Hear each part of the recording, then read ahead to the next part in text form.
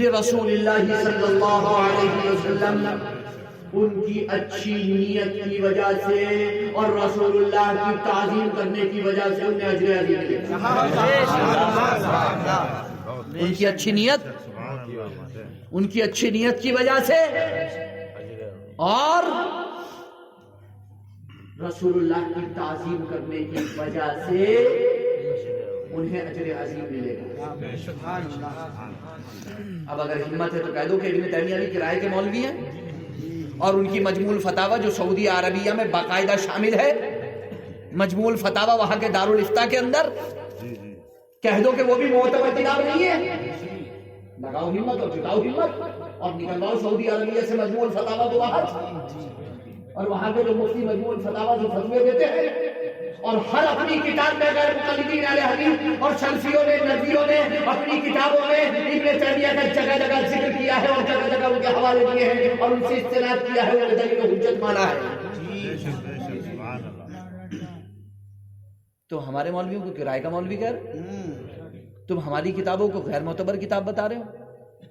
ہم تو کہتے ہیں کہ اپنے گھر کی تو چھانو ذرا، اپنے گریبان میں تو جھانکو ذرا اپنے گھر کی بھی تو کھنگال کے دیکھو، ذرا یہ بھی تو دیکھو کہ تمہارے مولوی کیا کہتے ہیں، تمہارے عالم کیا کہتے ہیں. اور آپ ذرا دیکھیں تو ابن تیمیہ نے کیا لکھا ہے کہ محفل میلاد منانا رسول اللہ کی تعظیم ہے. سبحان اللہ. رسول اللہ کی، یہ میں نہیں لکھ رہا ہوں، یہ میں نہیں لکھ رہا ہوں، بلکہ ابن تیمیہ نے کہا ہے کہ تعظیم رسول ہے، یہ رسول اللہ صلی اللہ علیہ وسلم کی تعظیم ہے. مگر کیا کیا جائے؟ آنکھ والے تیری جوبن کا تماشا دیکھے، دیدہ دور کو کیا آئے نظر کیا دیکھے، انداز حسینوں کو سکھائے نہیں جاتے، امید امری کو پڑھائے نہیں جاتے، ہر ایک کا حصہ نہیں دیدار کسی کا، جہل کو محروم بھی کھائے نہیں جاتے.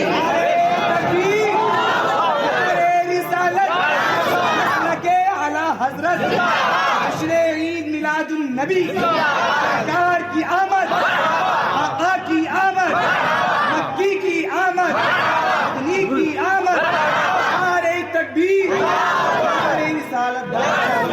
ماشاءاللہ، سبحان اللہ. اٹھا کر دیکھو نا، ابو العلا مودودی نے صاف صاف لکھا ہے کہ ابن تیمیہ کی طرف اہل حدیث رجوع کرتے ہیں اور ہم ابن تیمیہ کی طرف رجوع کرتے ہیں اپنی کتاب کے اندر. صاف صاف لکھا ہے. تو ہم جشن عید میلاد النبی صلی اللہ علیہ وسلم مناتے ہیں. ہمیں اس پہ کسی سے دلیل کی ضرورت نہیں ہے، ہمیں اس پہ کسی سے پوچھنے کی ضرورت نہیں ہے. ہمارے لیے ہمارے علماء ائمہ ہی دلیل کے لیے کافی ہیں، ان کی ابتدا پیروی ہی ہمارے لیے کافی ہے. اگر ہمت ہے تو ان کے نام لے لے کے پوسٹر لگا دو کہ علامہ ابن حجر اسقلانی بھی بدعتی، علامہ امام نووی شافعی بھی بدعتی، علامہ ابو شامہ بھی بدعتی، علامہ حافظ قسطلانی بھی بدعتی، علامہ امام تقی الدین سبکی شافعی بھی بدعتی، علامہ سنبھودی شافعی بھی بدعتی، علامہ جلال الدین سیوطی بھی بدعتی، علامہ ملا علی قاری بھی بدعتی اور شیخ عبدالحق محدث دہلوی بھی بدعتی ہے. ہمت تو لگا دو. اور اس سے بھی بڑھ کر اگر ہمت کرنا چاہو تو جن کی حدیث دانی کا لوہا پورے عرب نے مانا ہے، شاہ ولی اللہ محدث دہلوی،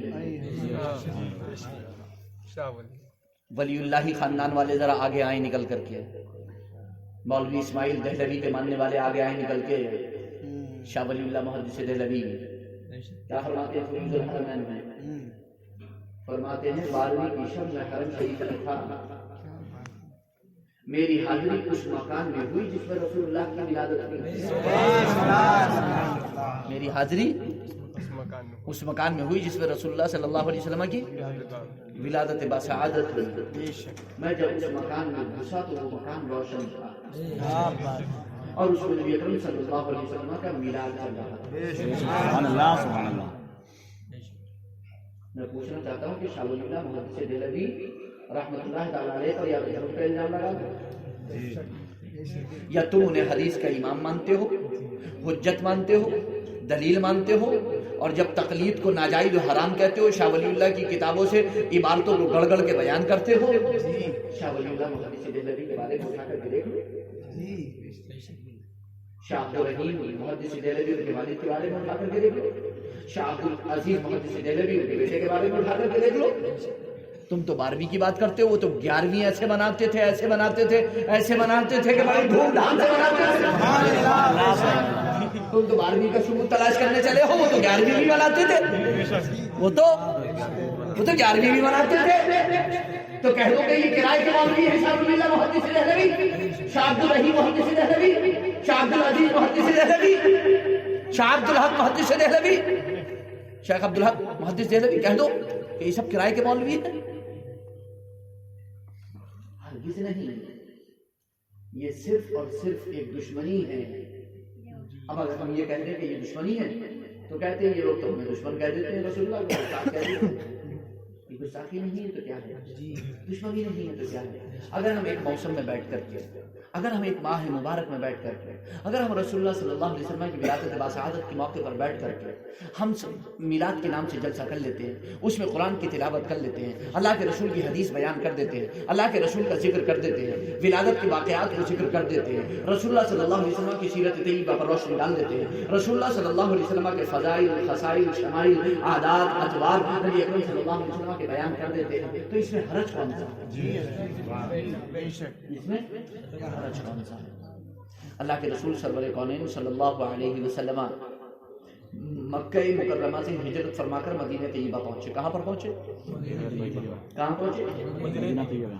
مدینہ طیبہ پہنچے. کہاں پہنچے؟ مدینہ طیبہ. جب اللہ کے رسول مدینہ طیبہ پہنچے تو اللہ کے رسول نے مدینہ کے یہودیوں کو پیر کے دن کا, یا مدینہ کے یہودیوں کو عاشورہ کا روزہ رکھتے ہوئے پایا. کائے کا روزہ رکھتے ہوئے پایا؟ کائے کے دن کا روزہ رکھتے ہوئے پایا؟ عاشورہ کا روزہ رکھتے ہوئے پایا. 10 محرم الحرام کا روزہ رکھتے ہوئے پایا.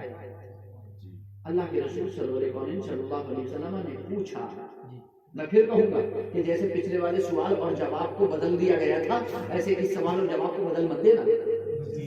کہ وہ تو درس حدیث پڑھ رہے تھے, درس حدیث کیوں پڑھتے؟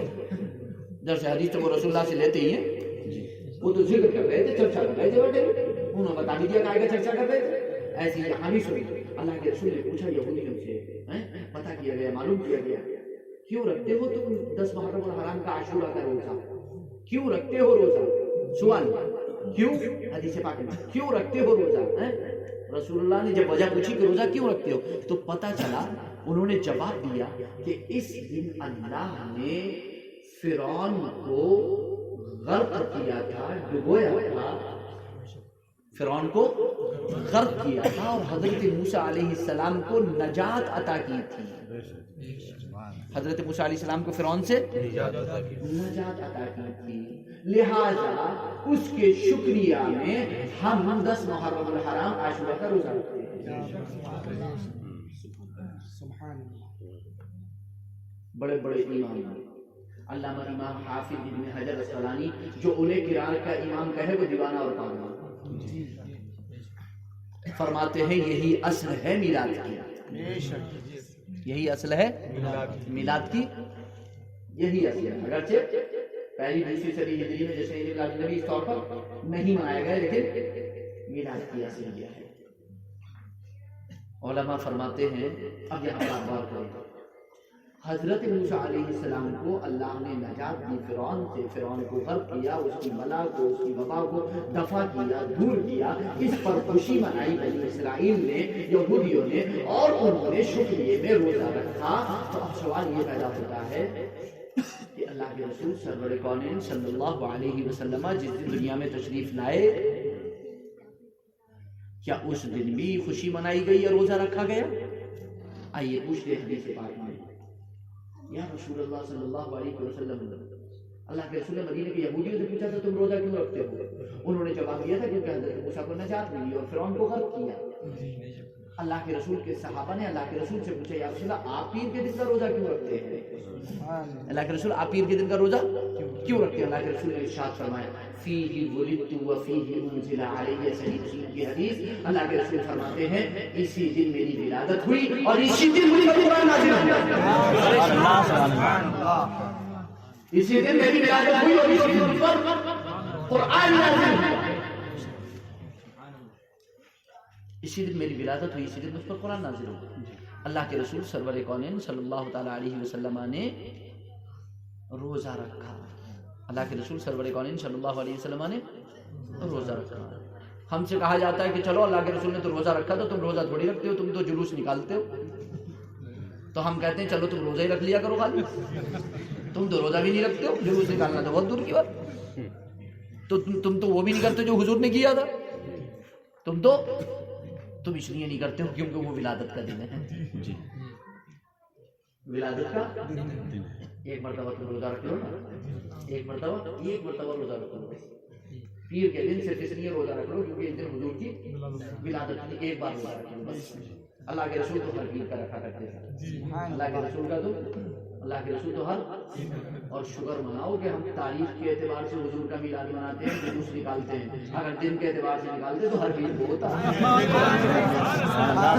ہر پیر کو ہوتا. اللہ کے رسول نے 12ویں تاریخ میں روزہ نہیں رکھا, پیر کو روزہ رکھا.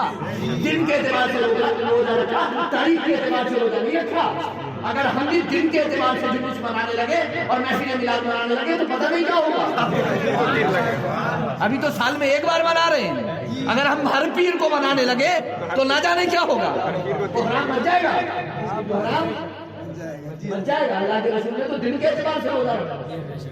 اللہ کے رسول نے تاریخ کے اعتبار سے نہیں روزہ رکھا. 12 تاریخ کو ولادت ہوئی تو اس دن اللہ کے رسول نے روزہ رکھا, بلکہ اللہ کے رسول نے روزہ کس تاریخ میں رکھا؟ پیر کے دن میں روزہ رکھا اللہ کے رسول سرور کونین صلی اللہ علیہ وسلم نے. اور علامہ امام جلال الدین سیوطی رحمۃ اللہ تعالی علیہ فرماتے ہیں مجھے تو میلاد کی ایک اور اصل بھی مل گئی ہے. مجھے تو میلاد کی ایک اور اصل بھی مل گئی ہے. وہ کیا ہے؟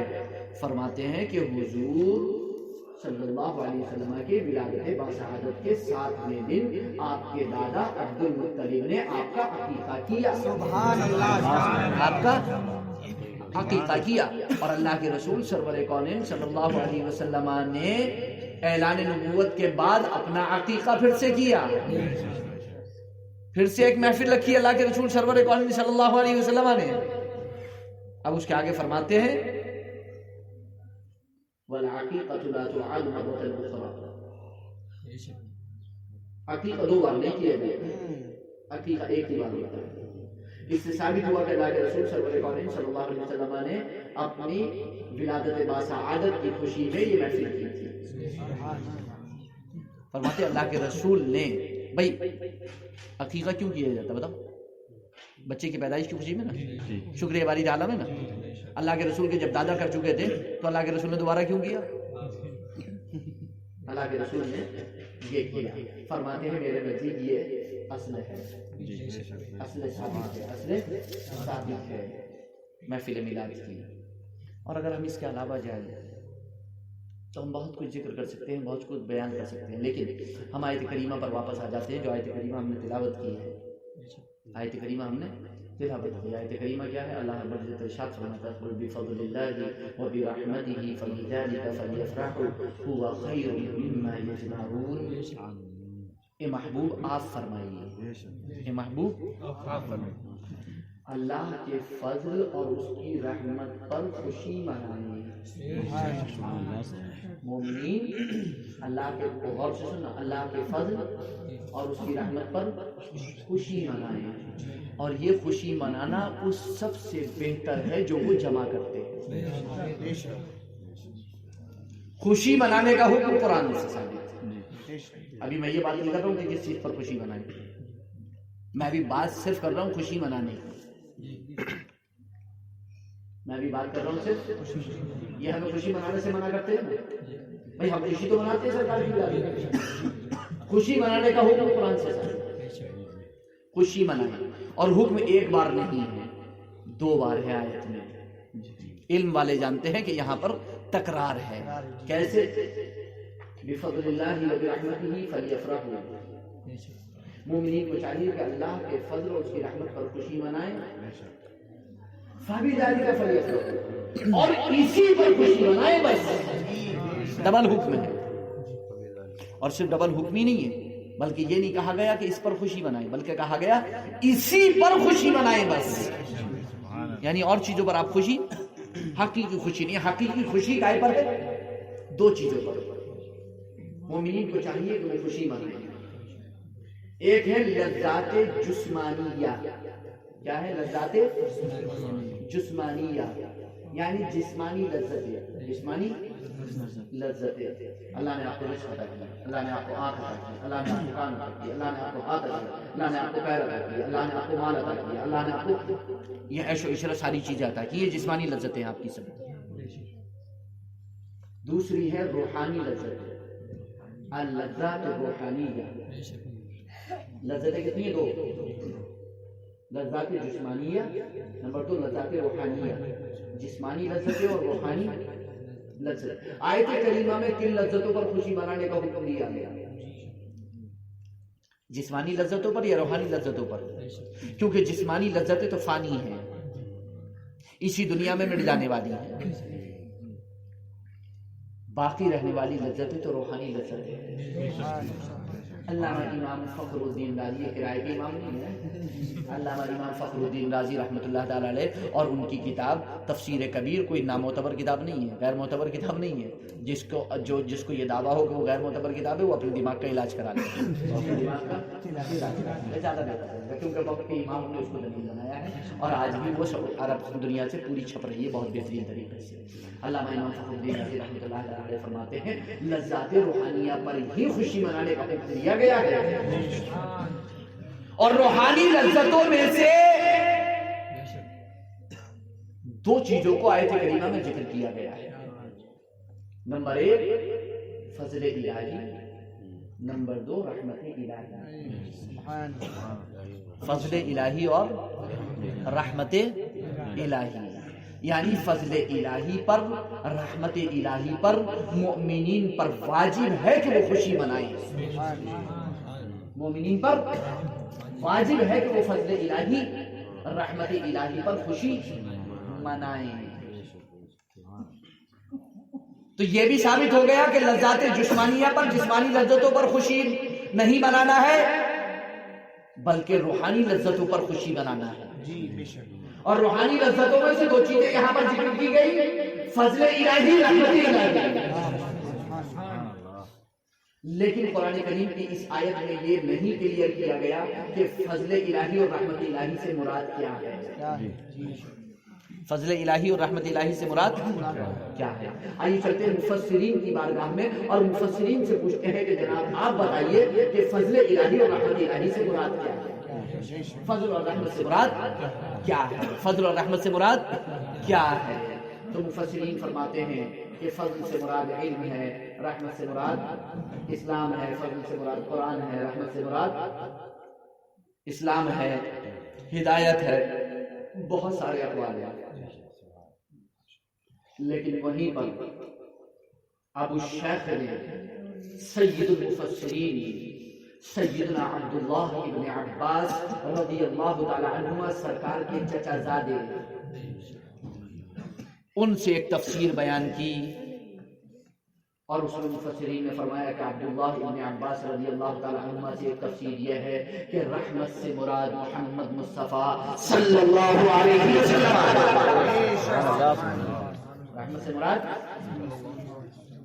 اب عبداللہ ابن عباس کو کرائے کا مولوی مت کہہ دینا خدا کے لیے.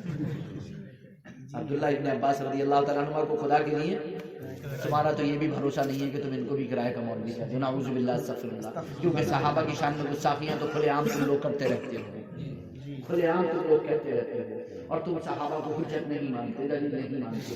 تمہاری کتابوں میں لکھا ہوا ہے. تو خدا کے لیے اب یہاں تک مت بڑھنا کہ تم سیدنا عبداللہ ابن عباس کو بھی کرائے کا مولوی بتا دو اور لوگوں کو برگلانے کی کوشش کرو. سیدنا عبداللہ ابن عباس فرماتے ہیں کہ رحمت سے مراد محمد مصطفیٰ صلی اللہ علیہ وسلم. جب ہم یہاں پر کہتے ہیں تو اب یہی لوگ جو اب تک میلاد شریف کو کرائے کے مولویوں کا کہتے تھے کہ کرائے کے مولویوں سے ثابت ہے، وہ کہتے ہیں کہ نہیں جناب دوسرے مفسرین نے تو اس کی تفسیر جو ہے وہ فضل کی تفسیر علم سے بیان کی ہے، رحمت کی تفسیر اسلام سے مراد اسلام سے بیان کی. ہم کہتے ہیں جناب سہارا تو اب بھی آپ علماء کا ہی لے رہے ہو قرآن کو سمجھنے کے لیے. قرآن کو سمجھنے کے لیے سہارا تو آپ اب بھی علماء کا لے رہے ہو. اور قرآن کی اس سے بہتر تفسیر کون سی جو خود قرآن کی قرآن سے ہو جائے. تو اگر مفسرین نے یہ فرمایا ہے کہ رحمت سے مراد اسلام ہے یا ہدایت ہے یا قرآن ہے، تو مفسرین نے یہ بھی فرمایا ہے کہ رحمت سے مراد محمد مصطفیٰ ہے۔ اور ابھی ہم تفسیر میں جاتے ہی نہیں، ہم تو تھوڑا سا آگے بڑھ جاتے ہیں۔ یہ 11واں پارہ ہے، ہم 70ویں پارے میں پہنچ جاتے ہیں اور خود رب سے پوچھتے ہیں، اے پروردگار عالم، تیرا محمد مصطفیٰ کیا ہے؟ قرآن فرماتا ہے وَمَا أَرْسَلْنَاكَ إِلَّا رَحْمَةً لِلْعَالَمِينَ، صرف رحمت نہیں بلکہ رحمت للعالمین۔ اور تھوڑا سا آگے بڑھ جاتے ہیں، پارہ نمبر 22 سورۃ الاحزاب میں چلے جاتے ہیں اور پوچھتے ہیں اے پروردگار عالم تیرا حبیب کیا ہے؟ رب فرماتا ہے اِنَّا أَرْسَلْنَاكَ شَاهِدًا وَمُبَشِّرًا وَنَذِيرًا وَدَاعِيًا إِلَى اللَّهِ بِإِذْنِهِ وَسِرَاجًا مُنِيرًا وَبَشِّرِ الْمُؤْمِنِينَ بِأَنَّ لَهُم مِّنَ اللَّهِ فَضْلًا كَبِيرًا۔ ہم نے آپ کو شاہد مبشر اور نذیر بنا کے بھیجا، داعی اللہ اور سراج منیر بنا کے بھیجا، سراج منیر بنا کر بھیجا۔ اے محبوب، آپ مومنین کو خوشخبری سنا دیجئے، مجدہ سنا دیجئے کہ یہ ہمارا آپ کو رسول بنا کر، شاہد بنا کر، مبشر بنا کر، نذیر بنا کر، داعی بنا کر، سراج منیر بنا کر بھیجنا ہے، یہ اللہ کا بہت بڑا فضل ہے۔ سبحان اللہ۔ قرآن ہی اللہ نے فضل کبیر فرمایا حضور کو۔ تو ہم کہہ رہے ہیں کہ تم ابھی تفسیروں کے حوالوں میں پڑھے ہوئے ہو کہ رحمت سے مراد اور فضل سے مراد کیا ہے، قرآن میں چلے جاؤ، ایک پارہ آگے چلو، اگلے پارے میں ایمان نہیں ہے کہ تمہارا اسی آیت میں بیٹھ کے رہو گے، اگلے پارے میں بھی تو چلے جاؤ، اگلے پارے میں بھی تو چلے جاؤ۔ اور پھر تفسیر تو ملے گئی، اگر تفسیر نہ بھی ملتی کسی مفسر کی کہ رحمت سے مراد محمد مصطفیٰ ہیں، خدا کی قسم تب بھی قرآن کی آیت سے ثابت ہے کہ حضور رحمت للعالمین ہے۔ حضور رحمت للعالمین، حضور رحمت للعالمین، حضور رحمت للعالمین۔ اللہ کے رسول سرور کونین صلی اللہ علیہ وسلم ایک جنگ سے واپسی کے موقع پر ایک جگہ پر رکے، تو وہاں پر اللہ کے رسول سرور کونین صلی اللہ علیہ وسلم کی بارگاہ میں غالباً آپ کے چچا عباس اجازت چاہیے کہ اللہ کے رسول مجھے نعت پڑھنے کی اجازت دیجیے، مجھے اور محفل پتہ کتنی بڑی تھی؟ علماء نے لکھا ہے تقریباً 30,000 صحابہ کا مجمع تھا۔ کتنے؟ 30,000 علماء نے لکھا ہے، اور علماء نے تو اس سے بھی آگے لکھا ہے، اور بھی بڑی تعداد لکھی۔ میں تو کہتا ہوں کہ 30,000 چھوڑو 30 ہی ہوتے، میں کہتا ہوں 30 چھوڑو 3 ہی ہوتے،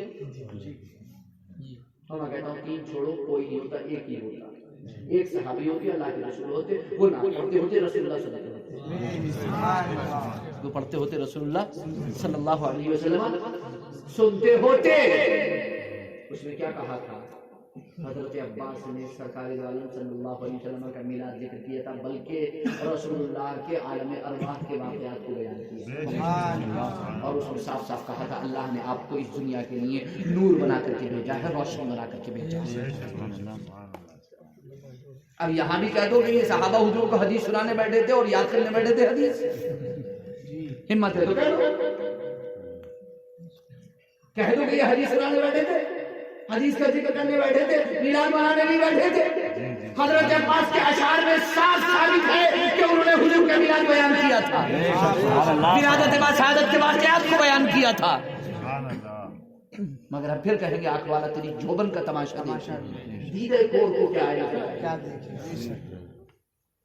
حضرت حسان بن ثابت رضی اللہ تعالیٰ عنہ مسجد نبوی شریف میں جب نعت مصطفیٰ پڑھنے کے لیے کھڑے ہوتے تو اللہ کے رسول ان کے لیے منبر لگاتے، حضرت حسان بن ثابت اس پر کھڑے ہو کر کے اللہ کے رسول کی تعریف کرتے، اللہ کے رسول کی تعریف کرتے، اور حضرت حسان بن ثابت نے کیا ہی پیارا کہا ہے، وہ احسن منک لم تر قط عینی واکمل منک لم تلد النساء خلقت مبرأ من كل عیب کأنک قد خلقت کما تشاء۔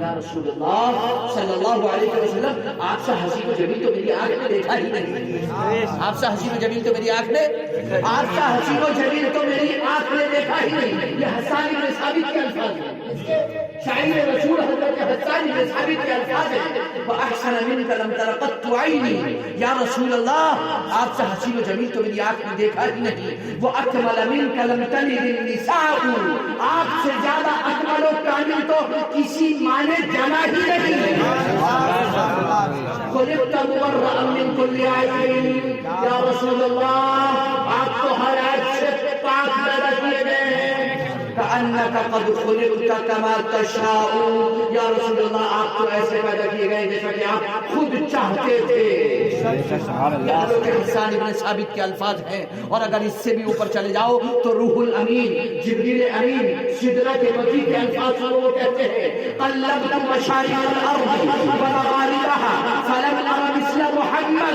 فرماتے ہیں میں نے مشرق و مغرب کو کھٹال کر دیکھا مگر محمد مصطفیٰ جیسا کسی کو نہ پایا اعلیٰ حضرت نبی برکت فاضل غریب یاری رحمہ فرماتے ہیں وہ قرآن وہ نفر خوشی ایمان عجب نشان آدم مگر آمینہ کا چایا وہی سب سے افضل آیا میری بولے شکرہ والے چمنے جہاں کے کھالے سبھی پہلے چھال والے تیرے پائے کا لفایا آقا تجھے یک دے یک کرائے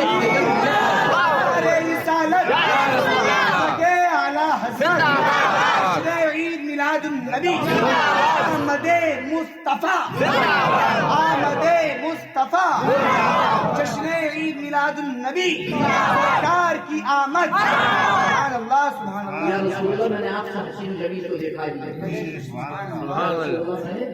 دیکھا ہی نہیں میرے تو بس عیب بناتی سے ہے بری حیران مجھے ارشاد کی کیا کیا کہوں تجھے لیکن رضا نے ختم سخن اس پہ کر دیا خالق کا بندہ خلق کا آقا کا خالق کا بندہ اور فرش والے تیری شوکت کا علو کیا جانے یہ کیا جانے روح الامین بیان کر رہے ہیں جبریل امین بیان کر رہے ہیں پروردگار عالم نعت مصطفیٰ بیان کر رہے ہیں پروردگار عالم آپ کی جان کی قسم قرآن میں آ رہا ہے اے محبوب آپ کی جان کی قسم اے محبوب آپ کی جان کی قسم لا اقسم بهذا البلد وانت حل بهذا البلد اے محبوب آپ کے شہر کی قسم شہر کی قسم اور کیوں ہے اس شہر کی قسم کیونکہ آپ نے اس میں قدم ناز رکھے ہیں آپ نے اس میں قدم ناز رکھے ہیں اس لیے رب نے اس کی قسم اٹھائی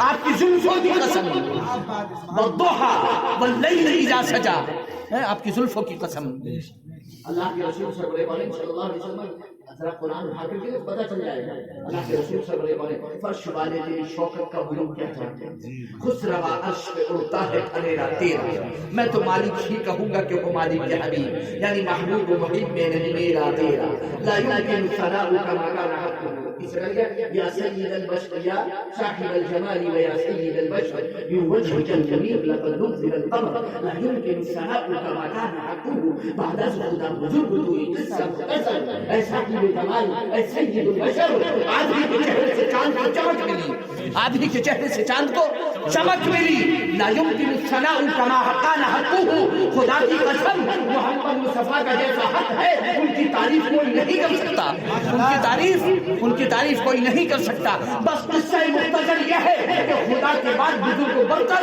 محمد مصطفیٰ صلی اللہ علیہ وسلم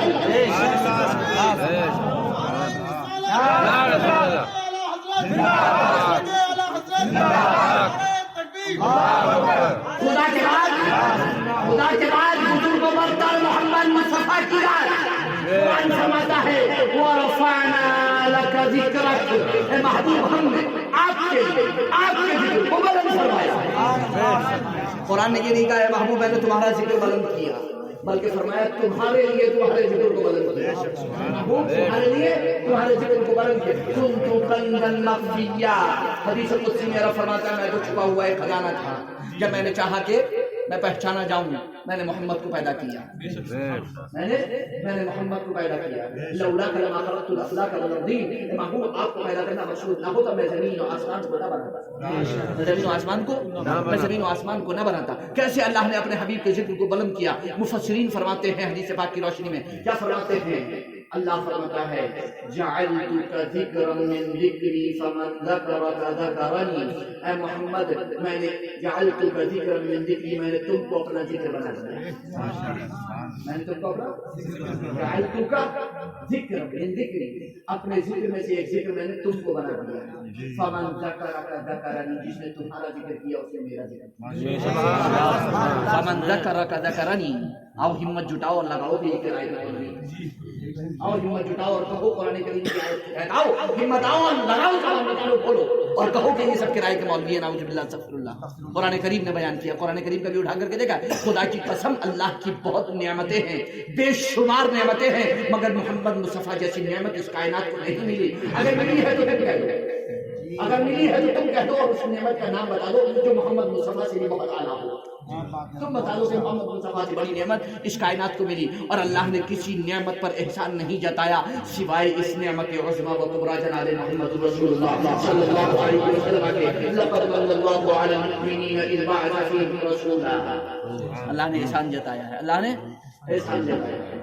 اور امام بصیری رحمۃ اللہ تعالیٰ علیہ صاحب قصیدۃ البردہ شریف، صاحب قصیدۃ البردہ شریف اپنے قصیدہ حمدیہ میں فرماتے ہیں اللہ کے رسول صلی اللہ علیہ وسلم کا حلیہ مبارکہ جو ہم بیان کرتے ہیں، جو وصف ظاہر ہم بیان کرتے ہیں، وہ بتاتے ہیں کہ خدا کی قسم وہ کہنا چاہتے ہیں کہ حقیقت میں محمد مصطفیٰ کو کسی نے نہیں پہچانا۔ اللہ کے رسول صلی اللہ علیہ وسلم کے حلیہ مبارکہ کو کسی نے نہیں پہچانا، کسی نے نہیں پہچانا۔ وہ کیا فرماتے ہیں؟ انما مثل صفاتک للناس کما مثل النجوم الماء۔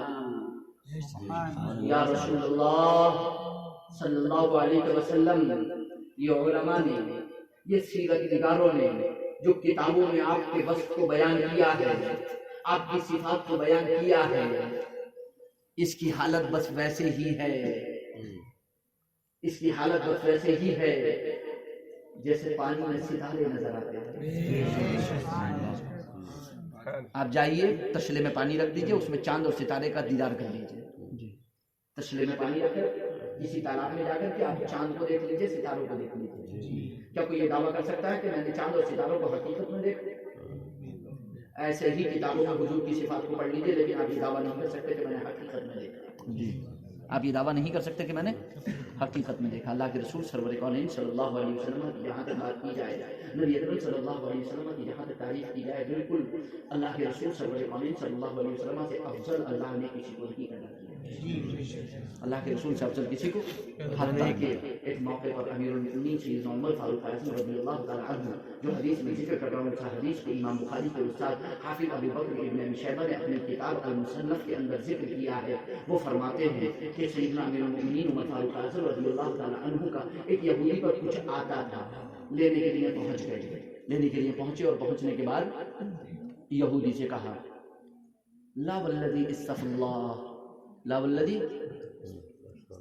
والذی اصطفى محمدا علی الخلق، لا والذی اصطفى محمدا علی لا افارقک، قسم اس ذات کی جس نے محمد مصطفیٰ کو افضل الخلق، افضل البشر بنایا، افضل الخلق بنایا، مخلوق میں سب سے افضل، سب سے اعلیٰ، سب سے اولا بنایا۔ سب سے اعلیٰ و اعلیٰ ہمارا نبی، سب سے اعلیٰ و اعلیٰ ہمارا نبی، قد مقدی رسولوں کی ہوتی رہی، چاند بدری کا نکلا ہمارا نبی، کتنے سارے کھیلے چھپ گئے پر نہ ڈوبے نہ ڈوبے ہمارا نبی، سب سے اعلیٰ و اعلیٰ ہمارا نبی، سب سے اعلیٰ و اعلیٰ ہمارا نبی۔ امیر المؤمنین فاروق اعظم گئے تھے اپنا کچھ لینے کے لیے، جو قرض آتا تھا، مگر معلوم تھا کہ یہودی جو ہے نا اللہ کے رسول کو افضل نہیں مانتے، افضل البشر، افضل الخلق نہیں مانتے ہیں، تو قسم اٹھائی ایسی۔ ان کی عادت تھی، وہ دل کی بیماری کو پہچان دیتے تھے، دل کی بیماری کو وہ جانتے تھے کہ اس یہودی کا دل بیمار ہے، یہ حضور کو افضل نہیں مانتا ہے، لینے تو میں اپنا قرض آیا ہوں، حساب بھی چکتا کرتا جاؤں اس سے، حساب بھی چکتا کرتا جاؤں گا، اس سے حساب بھی چکتا کرتا جاؤں گا۔ کہا لا والذی اصطفى محمدا علی الخلق لا افارقک، قسم اس ذات کی جس نے محمد مصطفیٰ کو افضل الخلق بنایا، میں تجھے چھوڑوں گا نہیں، لے کر رہوں گا۔ اجی وہ تو بھول گیا جو لینے آئے تھے، اس نے کہا اے عمر وہ افضل الخلق نہیں ہے۔ اتنا کہنا تھا کہ امیر المؤمنین عمر فاروق اعظم رضی اللہ عنہ نے چھوار سے ایک چاند گڑا، اور ایک چاند گڑا، وہ کودتا وہ بھاگا رسول اللہ صلی اللہ علیہ وسلم کی بارگاہ میں، اور جا کر کے عمر کی شکایت کر دی ہے محمد عمر نے مجھے مارا، عمر نے مجھے مارا۔ حضرت عمر فاروق اعظم بھی پہنچ گئے۔ اللہ کے رسول سرور کونین صلی اللہ علیہ وسلم نے مسکرا کر ارشاد فرمایا اے عمر تم انہیں کچھ دے دو، تم نے انہیں مارا ہے، یہ ذمہ ہے، ٹیکس پر رہ رہے ہیں، تم انہیں کچھ دے دو، رحم کے لیے انہیں کچھ دے دو، انہیں دے دو۔ وہ جانے لگے۔ اللہ کے رسول نے فرمایا یہودی سن سن سن، یہودی سن۔ اللہ کے رسول سرور کونین صلی اللہ علیہ وسلم نے ارشاد فرمایا موسیٰ کلیم اللہ، ابراہیم خلیل اللہ، اسماعیل خلیل اللہ، عیسیٰ روح اللہ، اور کئی اور احادیث میں فرمایا آدم صفی اللہ، نوح نجی اللہ، وَأَنَا حَبِيبُ اللَّهِ، اور میں اللہ کا حبیب ہوں۔ اے یہودی موسیٰ کلیم اللہ ہے، عیسیٰ روح اللہ ہے، اور میں اللہ کا حبیب ہوں۔ اور فرمایا سن اے یہودی سن سن، جنت میں سب سے پہلے میں جاؤں گا، میرے بعد نبی جائیں گے، اور امتوں میں سب سے پہلے میری امت جائے گی، امتوں میں سب سے پہلے میری امت جائے گی۔ اسی کو حدیث پاک میں مسلم شریف کی حدیث پاک میں اللہ کے رسول نے یہ بیان فرمایا ہے کہ جب جنت کے دروازے پر پہنچے گے تو جنت کا دروازہ کہے گا بِكَ أُمِرْتُ أَلَّا أَفْتَحَ لِأَحَدٍ مِّن قَبْلِكَ، یا رسول اللہ مجھے حکم دیا گیا تھا کہ آپ سے پہلے جنت کا دروازہ کسی کے لیے نہ کھولوں۔ یا رسول اللہ مجھے حکم دیا گیا تھا کہ جنت کا دروازہ آپ سے پہلے کسی کے لیے نہ کھولوں۔ امام اہل سنت اعلیٰ حضرت ابو بکر صادق علیہ رحمہ فرماتے ہیں اِنَّا أَعْطَيْنَاكَ الْكَوْثَرَ، ساری کثرت پاتے یہ ہے، رب ہے موتی یہ ہے قاسم، رزق اس کا ہے کھلاتے یہ ہے، رب ہے موتی یہ ہے قاسم، رزق اس کا ہے کھلاتے یہ ہے۔ ماں جب اکلوتے کو چھوڑے آ کہہ کے بلاتے یہ ہیں، ماں جب اکلوتے کو چھوڑے آ کہہ کے بلاتے یہ ہیں۔ ان کا صدقہ دیتا وہ ہے دلاتے یہ ہے، دیتا وہ ہے دلاتے یہ ہے، ساری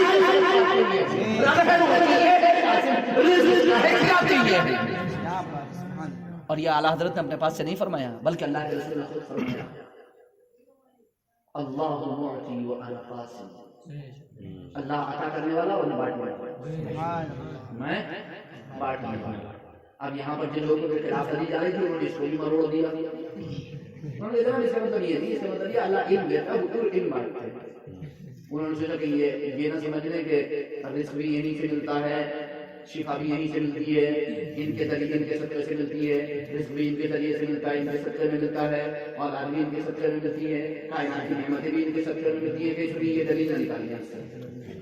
سنی بھائی گھبرانے کی ضرورت کیا تھی؟ اللہ کے رسول نے بیان ہی کر دیا کہ کون سی چیز وہ دیتا ہے کون سی چیز میں بانٹتا ہوں نہ۔ اللہ کے رسول نے ذکر دیا تو تم بھی ذکر مت کرو، ہم تو کہتے ہیں جو وہ دیتا ہے یہ بانٹتے ہیں، دینے والا وہ ہے، دلانے والے یہ ہے، دینے والا وہ ہے، عطا کرنے والے یہ، بانٹنے والے یہ ہے، عطا کرنے والا وہ قاسم یہ، وہ موتی نعمت یہ قاسم نعمت، وہ نعمت عطا کرنے والا یہ نعمت بانٹنے والا، اور وہ نعمت کوئی بھی نعمت جب اللہ اس کے رسول نے بیان کیا تو تم کیوں بیان کر رہے ہو؟ تم کیوں اس میں اپنی وہ تبنا لگا رہے ہو؟ اس میں فیقہ ڈال کے ناپنے کی کوشش کر رہے ہو؟ تم اس میں فیقہ کیوں ڈال رہے ہو بھائی؟ تم اسے ناپنے کی کوشش کی۔ اللہ کے رسول فرمانے اللہ موتی نعمت، نعمت عطا فرمانے والا، اور میں قاسم نعمت، نعمت بانٹنے والا، میں نعمت بانٹنے والا۔ اللہ کے رسول صلی اللہ علیہ وسلم یقیناً قاسم نعمت ہیں۔ اللہ کے رسول صلی اللہ علیہ وسلم دافع البلاء والوباء والفاقة والمرض والألم ہے۔ بے شک اللہ کے رسول صلی اللہ علیہ وسلم اس کونین کے لیے، اس کائنات کے لیے رحمت ہے۔ اللہ کے رسول رحمت ہے۔ آپ یہاں جشن کس کا منانے بیٹھے ہو؟ کس چیز کا جشن منانے بیٹھے ہو آپ یہاں پر؟ آپ مجھ سے کہو کہ میں نبی اکرم صلی اللہ علیہ وسلم کی ولادت باسعادت کا جشن منانے بیٹھا ہوں، میں آپ سے کہوں گا ایک قدم اور آگے بڑھ جاؤ اور یہ کہو کہ میں اس دن کا جشن منانے بیٹھا ہوں جس دن اللہ نے اپنا دست رحمت کائنات پر دراز فرمایا، اور ساری کائنات کے لیے محمد مصطفیٰ کو رحمت بنا کر بھیجا، ساری کائنات کے لیے رحمت بنا کر بھیجا۔ اللہ کے رسول صلی اللہ علیہ وسلم رحمت للعالمین ہے. اگر نبی کریم صلی اللہ علیہ وسلم کی تعظیم یہ ذکر جیسے کہ میں نے ابن تیمیہ کے حوالے سے بھی ثابت کیا کہ یہ جو ہم میلاد مناتے ہیں جو ہم ذکر کرتے ہیں موسم کے طور پر اس کو مناتے ہیں تو یہ رسول اللہ صلی اللہ علیہ وسلم کی تعظیم کی وجہ سے ہے اور ہماری اچھی نیت کی وجہ سے اور اس میں ہمیں اجر بھی ملتا ہے. ہمیں اس میں اپنی اچھی نیت کی وجہ سے اور تعظیم رسول کی وجہ سے ہمیں اجر بھی اور تعظیم رسول ہم نے اپنے صحابہ سے سیکھی. تعظیم رسول ہم نے اپنے صحابہ سے سیکھی. ہم نے اپنے اماموں سے تعظیم سیکھی. ہم نے اپنے اماموں سے تعظیم سیکھی. سیدنا امام مالک رضی اللہ تعالیٰ جو حدیث کے جو امام جو فقہ کے بہت بڑے امام دوسرے امام 4 اماموں میں سے جو مدینے کے امام تھے. مدینے کے لوگ دوسری صدی ہجری میں جسے اللہ کے رسول نے خیر القرون فرمایا ہے بہترین زمانہ فرمایا ہے اس زمانے میں دوسری صدی ہجری میں جو صحابہ کے بعد کا فارغ زمانہ ہے اس زمانے میں سیدنا امام مالک مدینے کے امام تھے. سیدنا امام مالک کے بارے میں علامہ امام قاضی عیاض مالکی رحمۃ اللہ تعالی علیہ نے اپنی کتاب الشفاء بتعریف حقوق المصطفیٰ میں لکھا ہے. اٹھا کر کے دیکھو کیا لکھا ہے کہ جب ان کا دروازہ کو کھٹکھٹاتا خادم کو حکم ہوتا جاؤ دیکھو کون ہے اور پوچھو کس لیے آیا ہے. خادم پوچھا جاتا کہ کیوں آئے ہو کس لیے آئے ہو. وہ کہتا کہ مسئلہ پوچھنے آئے ہیں. فرماتے پوچھو کائے کا مسئلہ پوچھنے آئے ہو فقہ کا مسئلہ پوچھنے آئے ہو یا حدیث پوچھنے آئے ہو حدیث سننے آئے ہو حدیث کا مسئلہ سننے آئے ہو. اگر وہ جواب یہ دیتا آنے والا دروازے پر کہ میں فقہ کا مسئلہ پوچھنے آیا ہوں تو علامہ سیدنا امام مالک فوراً باہر تشریف لے آتے اور اگر کہ اسے فقہ کا مسئلہ بتا دیتے. لیکن اگر سوال کرنے والا یہ کہتا کہ میں حدیث پوچھنے آیا ہوں اے امام میں حدیث سننے آیا ہوں تب سیدنا امام مالک کا جواب ہوتا خادم کو کہ جاؤ جا کر کے کہہ دو کہ تھوڑی دیر انتظار کریں. سیدنا امام مالک غسل کرتے کپڑے بدلتے خوشبو لگاتے باہر آتے اور باہر آ کر کے اپنا مخصوص تخت نکلواتے اس پر تشریف فرما ہوتے اور پھر ہم سے بات سناتے. ہم پوچھنا چاہتے اے امام یہ کہاں لکھا ہوا ہے قرآن و حدیث میں کہ کوئی حدیث بیان کرتے وقت آپ غسل کرو آپ پاک ہو تب بھی غسل کرو کپڑے بدلو خوشبو لگاؤ اچھا تخت بچھاؤ اس پر اچھی مسند لگاؤ پھر اس پر بیٹھ کر کے حدیث بیان کرو. کہاں لکھا ہوا ہے قرآن و حدیث میں. سیدنا امام مالک کا عشق بیان کرے گا. سیدنا امام مالک کا عشق بولے گا تیبانہ صحیح افضل مکہ ہی بڑا ذاتی تیبانہ صحیح افضل مکہ ہی بڑا ذاتی ہم عشق کے بدلے میں کیوں بات بنائیں. تیبانہ صحیح افضل مکہ ہی بڑا ظاہر ہم عشق کے بدلے میں کیوں بات بنائیں. ہمارا عشق کہتا ہے دلیل ہمارا عشق ہے. تعظیم نبی ہے تعظیم مصطفیٰ ہے تعظیم حدیث رسول ہے. ہمارے ایمان تو حدیث کی یہ تعظیم کرے اور تم ہمیں بزرگ کی تعظیم سے روکو. تم ہمیں بزرگ کے ذکر سے روکو. امام اہل سنت فرماتے ہیں ذکر روکے فضل کاٹے نقص کا جویا رہے پھر کہے مردہ کی ہم محمد رسول اللہ. تجھ سے اور جنت سے کیا مطلب تجھ سے اور جنت سے کیا مطلب وہاں بھی دور ہو ہم رسول اللہ کے رسول اللہ کے جنت رسول اللہ کی ہم رسول اللہ کے رسول اللہ کی. سیدنا امام مالک رضی اللہ تعالیٰ عنہ سے راستے میں وقت کے قاضی نے وقت کے جسٹس نے قاضی نے راستے میں روک کر کے حدیث سن لی. فرمایا انہیں جیل میں ڈال دیا جائے. امام مالک نے فرمایا اب دیکھیں امام مالک کی وہ دیکھیں طاقت پاور دیکھیں. فرمایا انہیں جیل میں ڈال دیا جائے. پوچھا گیا کہ اصول تو بتائیں جناب. فرمایا قاضی زیادہ حقدار ہے کہ اسے ادب سکھایا جائے. ایسے رستے چلتے رسول اللہ کی حدیث سنو گے تم تعظیم کرو رسول اللہ کی حدیث کی صحیح جگہ پر آ کر کیا. اور کیسی تعظیم خدا کی قسم حدیث کی اماموں نے ہمیں سکھایا. میلوں کے ہزاروں میلوں کے سفر انہوں نے پیدل کیے سروں پہ سجایا آنکھوں پہ رکھا دل سے لگایا. سیدنا امام بخاری رحمۃ اللہ تعالیٰ علیہ بخاری کو پڑھتے ہیں سب. بخار آتا ہے بخاری نہیں آتی. بخار آتا ہے. سیدنا امام مالک سے پوچھو فرماتے ہیں مجھے 6 لاکھ احادیث کریمہ یاد. کتنی 6 لاکھ احادیث کریمہ یاد. اور سیدنا امام بخاری فرماتے ہیں میں نے 1 لاکھ احادیث کریمہ میں سے وہ احادیث کریمہ چنی جو بخاری کے اندر موجود ہیں. تکرار کو نکال کر تقریباً 4000 احادیث کریمہ بخاری کے اندر موجود ہیں. فرماتے ہیں سیدنا امام بخاری رحمۃ اللہ تعالیٰ علیہ کہ میں جب بھی رسول اللہ صلی اللہ علیہ وسلم کی حدیث لکھنے جاتا تو میں اچھے سے تیار ہو کر پاکی حاصل کر کے 2 رکعت نماز نفل پڑھتا، اس کے بعد رسول اللہ کی حدیث کو لکھتا۔ سبحان اللہ سبحان اللہ۔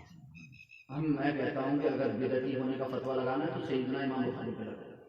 یہ 2 رکعت نماز کہاں سے نکالنا؟ یہ 2 رکعت نماز، وہ بھی رسول اللہ کی ایک حدیث۔ اب آپ سوچیں کہ 4000 اور 7500 یا 1 لاکھ احادیث کریمہ انہوں نے لکھی ہوں گی، تو وضو اور غسل اور کتنی رکعت نماز پڑھی ہوگی بھائی؟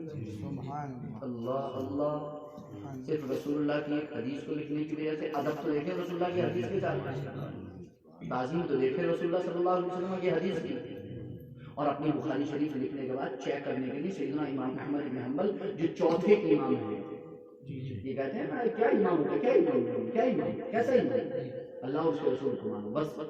ارے سیدنا امام بخاری امام احمد بن حنبل کی بارگاہ میں پیش کرتے ہیں جو فقہ کے چوتھے امام ہیں، اے امام آپ میری بخاری کو چیک کر لیں۔ امام میری بخاری کو اس چوتھے امام امام احمد بن حنبل کے بارے میں شیخ عبدالحق محدث دہلوی رحمۃ اللہ تعالیٰ علیہ فرماتے ہیں کہ سیدنا امام احمد بن حنبل فرماتے ہیں کہ شب ولادت شب قدر سے افضل ہے۔ شب ولادت اور قرآن کہتا ہے شب قدر 1000 مہینوں سے افضل ہے۔ اب یہ سوچو شب ولادت کتنے مہینوں سے افضل ہوگی، یہ سوچو کہ شب ولادت کتنے مہینوں سے افضل ہوگی۔ غرض یہ کہ اگر میں بیان کرتا جاؤں ذکر کرتا جاؤں تو بہت لمبے نکل جائیں گے۔ تعظیم رسول صحابہ اکرام نے جیسے کی ہم تو کبھی کر بھی نہیں سکتے، ہمیں تو وہ زمانے بھی میسر نہیں ہے، ہمیں تو وہ دیدار بھی میسر نہیں ہے، ہمیں تو وہ شوق بھی میسر نہیں ہے، ہمیں تو وہ مکانات وہ جگہیں بھی میسر نہیں ہیں۔ علامہ امام قاضی عیاض رحمۃ اللہ تعالیٰ نے فرمایا ہے کہ نبی اکرم صلی اللہ علیہ وسلم کی تعظیم اور اعظام اور تکریم اور توقیر میں سے نبی اکرم صلی اللہ علیہ وسلم سے جو کچھ متعلق چیزیں ہیں ان کی تعظیم کرنا، ان کی توقیر کرنا، یہ بہت بڑے امام ہیں جناب۔ ہاں یہ بہت بڑے امام ہیں، ان پہ آج تک کسی نے بدعتی ہونے کا فتویٰ نہیں لگایا ہے، بلکہ سب نے ان کو دلیل و حجت بنایا ہے۔ سمجھ میں آیا؟ اور شارجہ 2014 میں گیا تھا تو وہاں سے چھپی ہوئی کتاب قاضی عیاض مالکی کی شفا شریف میں لے کر گیا ہوں جو ابھی لیٹسٹ چھپی ہے، اور سعودی عربیہ کے بہت بڑے بڑے جو پروفیسروں نے اور بڑے بڑے عالموں نے اس پر جو ہے وہ اپنی تحقیق کو تخریج کری ہے۔ سمجھ میں آیا؟ ہاں شفا شریف۔ تو قاضی عیاض مالکی علیہ رحمہ فرماتے ہیں کہ نبی اکرم صلی اللہ علیہ وسلم کے مقامات مقدسہ مکے میں، مدینے میں، حتیٰ کہ نبی اکرم صلی اللہ علیہ وسلم سے کوئی چیز منسوب ہو کر معروف اور مشہور ہو جائے تو اس کی بھی تعظیم مسلمانوں پر لازم ہے۔ حضرت عائشہ، حضرت ابو ہریرہ فرماتے ہیں کہ حضرت عائشہ نے حضور کے وصال مبارک کے بعد حضور کا جبہ شریف، قمیص شریف اور تہبند شریف نکال کر کے اس کی زیارت ہمیں کرائی۔ اس کی زیارت آج تو کفر و شرک کے فتوے لگ جاتے ہیں، بدعت کے فتوے لگ جاتے ہیں، اگر آپ حضور کے منہ مبارک کی زیارت کرا لیں۔ اللہ کے رسول سرور کونین صلی اللہ علیہ وسلم نے ایک موقع پر اپنے سر کے بال حلق کروائے تو آدھے حصے کے بعد ابو طلحہ انصاری کو دیے کہ آپ رکھ لو دائیں جانب، پھر بائیں جانب کے بخاری مسلم کی بات کر رہا ہوں، حدیث کی کوئی ضعیف نہیں ہے، اور آدھے سر کے پھر حلق کروائے اور ابو طلحہ انصاری سے کہا کہ اب اس کو صحابہ میں بانٹ دیں۔ میں بس یہ پوچھنا چاہتا ہوں کہ بٹوائے کیوں نہیں؟ اس کا جواب مجھے پھر دیکھوں کیسے زبان کھلتی ہے آپ کی، انکار کرنے والوں کی زبان کیسے کھلتی ہے۔ بس اتنا جواب دے دو یہ بٹوائے کیوں؟ اچھا بانٹتے وقت یہ تو کہانی تھا جو صحابہ نے کیا، انہوں نے کیا حضرت ابو ہریرہ، حضرت انس، حضرت ابو سعید خدری، حضرت عبداللہ بن عمر، حضرت سیدنا امیر معاویہ رضی اللہ عنہ، صحابہ اکرام نے کیا کیا؟ وصیتیں کر دی کہ جب ہمارا وصال ہو تو حضور کا عصا میرے سینے پر رکھ دینا، سیدنا امیر معاویہ نے کہا۔ اور دیگر صحابہ جن کے پاس حضور کے منہ مبارک تھے اور ناخن کے تراشے تھے، انہوں نے کیا کہا کہ حضور کا منہ مبارک ہماری زبان پر رکھ دینا، ہمارے ہونٹوں کے نیچے رکھ دینا، ہماری آنکھوں میں رکھ دینا اور ہمارے کفن میں رکھ دینا، اور حضور کے ناخن کے تراشے بھی ہمارے کفن میں رکھ دینا۔ میں پوچھنا چاہتا ہوں حضور نے منہ مبارک تقسیم کرتے وقت یہ تو کہا نہیں تھا کہ اسے اپنے کفن میں رکھ لے، یہ تمہارے کام آئیں گے، تمہاری مغفرت کا سامان بنیں گے؟ صحابہ نے کیوں کیا؟ شرک کیا گیا، وہ تو پہلے میں شرک کیا، کہہ دو نا آسانی سے بدعت کی، صحابہ نے کیا، ہمت لگاؤ فتوا، ارے ہم غریبوں کی فتوا لگانے سے کیا ہوگا؟ ہم غریبوں کی فتوا لگانے سے کیا ہوگا؟ تو صحابہ اکرام نے رکھے، صحابہ اکرام نے رکھے اور ایسی تعظیم کی، ایسی تعظیم کی۔ اللہ کے رسول صلی اللہ علیہ وسلم نے نہیں فرمایا تھا کہ تم جو عزت میں کفن میں رکھ دینا یا تم اس کو اس میں رکھ دینا۔ صحابہ کرام نے حضور کی یہ تبرکات، حتیٰ کہ جو حضرت عائشہ نے جبہ قمیص دکھایا تھا کہ اللہ کے رسول صلی اللہ علیہ وسلم کا 20 سال ہو گیا، تو پھر صحیح مسلم کی حدیث پاک ہے کہ وہ جبہ، وہ قمیص حضرت ام المؤمنین عائشہ رضی اللہ عنہا کے پاس سے ان کی بڑی بہن حضرت ابوبکر صدیق رضی اللہ تعالیٰ عنہ کی بڑی صاحبزادی حضرت اسماء بنت ابی بکر رضی اللہ تعالیٰ عنہا کے پاس وہ جبہ، وہ قمیص پہنچ گئی۔ حضرت عائشہ تو صرف زیارت کراتی تھی، حضرت عائشہ صرف حضرت اسماء بنت ابی بکر کیا کراتی تھی؟ اس قمیص کے جبے کا کیا کراتی تھی؟ مسلم شریف کی حدیث کے الفاظ ہیں نغتسلها للمرضى ونستشفي بها، ہم نے اسے دھو کر کے اس کا پانی رکھ لیا تھا، مدینے میں جو بھی بیمار آتا اس کو پلا دیتے شفا، جو بھی بیمار آتا اس کو پلا دیتے شفا۔ یہ تو کہہ رہے ہیں حضور کے نام کے اور وسیلے سے شفا نہیں ملے گی، اور صحابہ حضور کے جبے سے بھی شفا حاصل، حضور کے جبے اور شفا سے بھی حاصل کر رہے ہیں۔ قرآن کریم سورہ بقرہ آیت نمبر 89 اٹھا کر کے دیکھو، سورہ بقرہ آیت نمبر 89 اٹھا کر کے دیکھو، اس میں کیا ہے؟ سورہ بقرہ کی آیت کریمہ 89 کی زیادہ ہو گئی، وہ آیت کریمہ 89 میں بیان کریں۔ سورہ بقرہ پارہ نمبر 2 کے آخر میں، بالکل آخر والے رکوع سے اوپر ہی بالکل صفحے پہ آیت کریمہ کیا ہے؟ مما ترک آل موسیٰ و آل ہارون تحملہ الملائکہ، حضرت موسیٰ اور ہارون نے جو تبرکات چھوڑے، جو آثار و تبرکات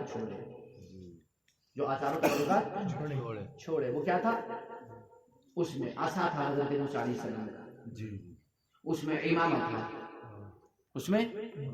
تھا، اس میں ازار تھا، اس میں کچھ کرچے تھے، کچھ تختیاں تھیں، تختیوں کی کرچے تھے۔ اب مفسرین کی بارگاہ میں جائیں گے، کیا کرتے تھے بنی اسرائیل اس کا کیا کرتے تھے؟ احادیث کریمہ میں جائیے، تفسیروں میں جائیے، بڑے بڑے مفسرین کے یہاں جائیے، وہ فرماتے ہیں کہ یہ بنی اسرائیل جنگ میں اس تابوت کو، ان تبرکات کو تابوت میں رکھ کے آگے بڑھا دیتے، جس سے یہ فتح حاصل کر لیتے،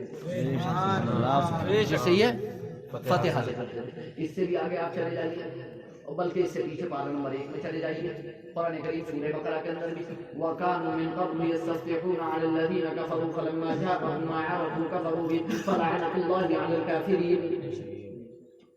کیا ہے؟ اے محبوب، آپ کی آمد سے پہلے یہ لوگ آپ کے نام کے وسیلے سے جنگوں میں فتح پاتے تھے، آپ کے نام کو وسیلہ بناتے تھے جنگوں میں فتح حاصل کرنے کا۔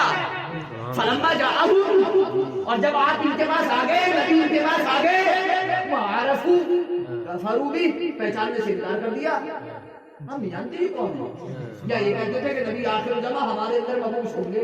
جب دیکھا کہ ہمارے اندر مبعوث نہیں ہوئے بنی اسرائیل میں، بلکہ مکہ میں قریش میں نازل ہو گئے، تو کہتے ہم کیا جانتے ہیں یہ کون ہے؟ ارے تم کیسے نہیں جانتے ہو؟ عیسیٰ بشارت دیتے ہوئے آئے تھے، موسیٰ نے اپنے زمانے میں بتایا، ابراہیم نے اپنے زمانے میں بتایا، اسماعیل نے اپنے زمانے میں بتایا، انبیاء سابقین نے اپنے زمانوں میں بتایا، سب اپنے اپنے زمانوں میں بتاتے ہوئے تم کیسے کہہ سکتے ہو کہ میں جانتے نہیں؟ یہ وہی تو ہے کہ جن کے نام کے صدقے سے تم جنگوں میں فتح پاتے تھے، قرآن نے بیان کیا۔ آج ہم نام پاک کا وسیلہ لے کر کے کوئی کام کر لیں تو ہم پر کفر و شرک و بدعت کے فتوے لگا دیے جاتے ہیں۔ ستاروں سے کہہ دو کوچ کرے مہتاب نبوت آتے ہیں، ستاروں سے کہہ دو کوچ کرے مہتاب نبوت آتے ہیں، پیغمبر تو سب آ ہی گئے، اب سب کے پیغمبر آتے ہیں، پیغمبر تو سب آ ہی گئے، اب سب کے پیغمبر آتے ہیں۔ ابو طالب سرکار کے چچا کہتے ہیں کہ مکے میں قحط پڑ گیا، شدید قحط، فصلیں سوکھ گئی، جانور ہلاک ہونے لگے، ایک ایک پانی کے قطرے کے لیے، ایک ایک بوند کے لیے اہل مکہ ترس گئے، اکٹھا ہوئے، چلو لات و عزیٰ کے پاس چلتے ہیں، لات و عزیٰ کے پاس چلتے ہیں۔ مجھے ختم کرنا ہے؟ نہیں میں ختم ہی کروں گا، 10:30 لات و عزیٰ کی قسم کھاتے ہیں، اور لات و عزیٰ کے نام کے وسیلے سے لات و عزیٰ کے پاس چلتے ہیں، بارش طلب کریں گے۔ آج ہم رسول اللہ صلی اللہ علیہ وسلم کے مزار مبارک پر اگر جا کر کے بارش طلب کریں تو ہم پر کفر و شرک و بدعت کے فتوے لگا دیے جاتے ہیں۔ جاتے ہوئے اہل مکہ کا، چلو لات و عزیٰ کے پاس چلتے ہیں۔ انہی میں سے کسی نے کہا کہ کیوں حیران و پریشان کرتے ہو، لات و عزیٰ کے پاس جانے کی کیا ضرورت ہے؟ جب تم میں ابراہیم خلیل اللہ اور اسماعیل ذبیح اللہ کی یادگار موجود ہے تو وہاں کیوں نہیں جاتے؟ تو کسی نے کہا کہ تمہارا اشارہ ابو طالب کی طرف تو نہیں ہے؟ انہوں نے کہا کہ ہاں ابو طالب کی طرف اشارہ ہے۔ لوگ دوڑے دوڑے ابو طالب کے گھر گئے اور ابو طالب سے کہا، اے ابو طالب، مویشی ہلاک ہو رہے ہیں، فصلیں تباہ و برباد ہو گئی ہیں، ایک قطرے آپ کے لیے ہم ترس گئے، جانیں بالکل ہلکان ہو چکی ہیں، قریب ہے کہ جان لبوں پر آ جائے، چلو چل کر کے دعا کر دو۔ ابو طالب اور روشن چہرے والے کا ہاتھ پکڑے گھر سے نکلے۔ سرکار دو عالم صلی اللہ علیہ وسلم کا بچپن کی بات، سرکار کا ہاتھ پکڑے گھر سے نکلے اور جا کر کے خانہ کعبہ کی دیوار سے لگا کر کے سرکار دو عالم صلی اللہ علیہ وسلم کو کھڑا کر دیا اور دعا کرنے لگے۔ اتنے میں لبے نبی بھی لبے مبارک ہلے، نبی اکرم صلی اللہ علیہ وسلم کے لبے مبارک ہلے اور ہاتھ اٹھے دعا کے لیے۔ دیکھتے ہی دیکھتے آسمان کے طول و عرض میں پھرنے والے آوارہ بادل اکٹھا ہونا شروع ہو گئے، ادھر ادھر پھرنے والے بادل اکٹھا ہونا شروع ہو گئے اور اکٹھا ہو کر کے چند لمحات میں موسلادھار بارش شروع ہو گئی۔ سبحان اللہ، موسلادھار بارش شروع ہو گئی اور خوب بارش ہوئی، سب کے سب سیراب ہو گئے۔ بات آئی گئی، لیکن جب اللہ کے رسول سرور کونین صلی اللہ علیہ وسلم نے 40 سال کی عمر مبارک میں اعلان نبوت فرمایا، تب اہل مکہ نے اللہ کے رسول سرور کونین صلی اللہ علیہ وسلم پر اور آپ کے اصحاب پر جو ظلم و زیادتی کے پہاڑ بڑھائے، خدا کی قسم چشم فلک نے ایسی ظلم و زیادتی نہ دیکھی ہوتی، بہت ظلم ہے، بہت تکلیفیں اٹھائی، اللہ کے رسول کے صحابہ نے بہت تکلیفیں اٹھائی، قرآن کریم نے اس کو بیان کیا ہے، تو بہت تکلیفیں اٹھائیں صحابہ نے، بہت تکلیفیں اٹھائیں۔ جب ظلم و زیادتی کی حد ہو گئی تو ابو طالب نے اہل مکہ کو وہی دن یاد دلایا، اے اہل مکہ، یاد کرو اس دن کو جب تم پانی کے قطرے کے لیے ترس رہے تھے، تمہاری فصلیں اور کھیتیاں سوکھ چکے تھے، تمہارے جانور ہلاک ہو رہے تھے، تمہاری جان لبوں پر تھی، اسی روشن چہرے والے کے صدقے میں تو بارش میسر آئی تھی، تمہیں آج ضرور کرتے ہو اس پر۔ اور انہوں نے شعر کہے، شعر کیا ہے؟ وَبِيَضَّ يُسْتَسْقَى الْغَمَامُ بِوَجْهِهِ ثِمَارُ الْيَتَامَى عِصْمَةٌ لِلْأَرَامِلِ يَلُوذُ بِهِ الْخُلَّاقُ مِنْ آلِ هَاشِمِ فَهُمْ عِنْدَهُ فِي نِعْمَةٍ وَفَضَائِلٍ۔ یہ روشن چہرے والے جن کے عارض تابہ کی چمک سے بارش طلب کی جاتی ہے، جن کے چہرے سے بارش، یعنی کھلے آسمان کے نیچے اگر کھڑا کر دو محمد مصطفیٰ کو تو بادل خود برسنا شروع کر دیں، صرف چہرہ ایک تو بادل برسنا۔ ثمار الیتامى عصمة للارامل، یہ یتیم و غریب فقیر و مسکین بیواؤں کے ماہوار بن جائے، یہ بیواؤں کی عصمت کے محافظ ہیں، یہ بیواؤں کی عصمت کے محافظ ہیں۔ اور بنی ہاشم، اے آل ہاشم، جب تم ہلاکت کے قریب تھے، جب تم ہلاک ہونے والے تھے، اسی کی تو پناہ پکڑی تھی تم نے۔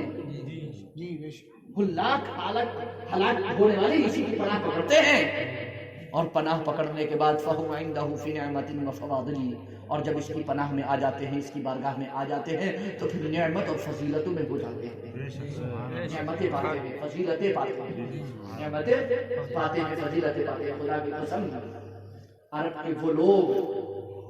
کے وہ لوگ جو کیسے کیسے کاموں میں مشغول تھے اور کیسی کیسی جگہ تھے اور کچھ نہیں معلوم تھا، مگر اللہ کے رسول صلی اللہ علیہ وسلم تشریف لائے تو پھر بالکل ماحول بدل گیا.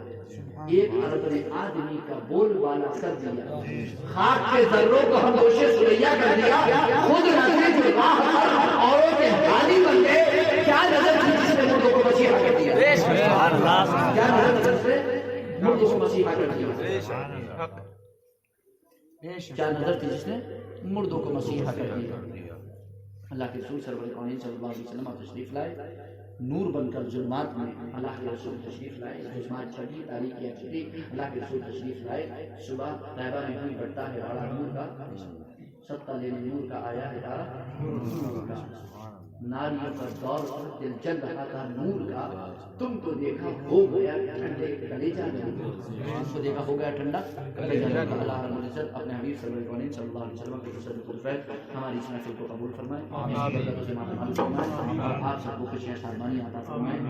یہ میں سید نعیم صاحب نے بہت زیادہ جو ہے وہ زور ڈالا کہ نہیں آپ کو آنا ہے, میں ضرور حاضر ہوں. حالانکہ بہت کئی راتوں سے مسلسل نہ سوئے نہ جو ہے وہ آرام کیا, لیکن پھر بھی چونکہ یہ ذکر مصطفیٰ کی محفل ہے, حاضر ہونا جو ہے وہ ہماری ذمہ داری بنتی ہے. اور آپ سب نے محبت سے بات کی ہے, میں آپ کے حاضر ہوا آپ کے پاس, اور اللہ رب العزت ہمارے اس ذکر کو قبول فرمائے, اس مسجد کو آباد فرمائے, اور یہاں سے جو قال اللہ اور قال رسول کی سزائیں بنے ہو رہی ہیں, اور جو یہ خدمات یہ حفاظ قرہ علماء یہ سب ماشاء اللہ انجام دے رہے ہیں, اللہ رب العزت فرمائے.